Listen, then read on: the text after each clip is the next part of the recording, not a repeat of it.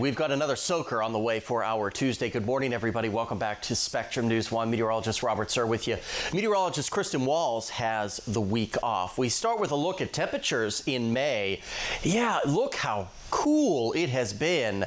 15 days, at least half the month, has been below average. Only 8 days above average. We did have a couple of pretty toasty days last week. However, you look at the month overall with all those below average days at the Bowling Green Airport, just an average temperature of 65.7 degrees. That is just about 1.5 degrees below normal. And I think we're going to end May below normal overall. You see, as we go through the next 3, 5, 7 days, temperatures remaining a little bit below normal. So remember how warm April was.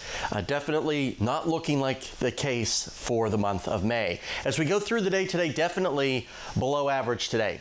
All the cloud cover around, all the rain coming and going, the showers, maybe even a few thunderstorms as well. By 11 o'clock, you see the widespread rain as a boundary is going to continue very slowly lifting toward the north, and that will set the stage for that widespread rain. As we get into this afternoon, we may see some breaks in the clouds, just enough to destabilize the atmosphere a little bit more, where we could see a couple of stronger thunderstorms start to pop up.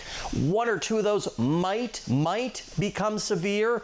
We'll keep a close eye on that, but overall, most of the rain should wrap up by before midnight. And we dry in the overnight hours. A big question mark for tomorrow: could we see another big slug of rainfall, or will it be more widely scattered or isolated showers?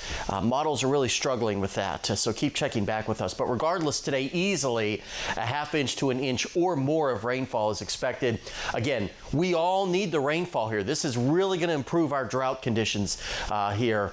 The rainfall that we have gotten really over the last 2 weeks. But again, that rainfall in some spots could be heavy enough to result in some flash flooding that could close a couple of roads. You know your area best, so just don't drive around barricades if one of your neighborhood streets is closed. It's just not safe enough. Upper 70s today for just about all of us, a below average day for May. Tonight we dip back down into the upper 60s, any showers ending before midnight, and then still the rain chances in here Wednesday and maybe even Thursday, but things finally look to improve as we get into the upcoming weekend.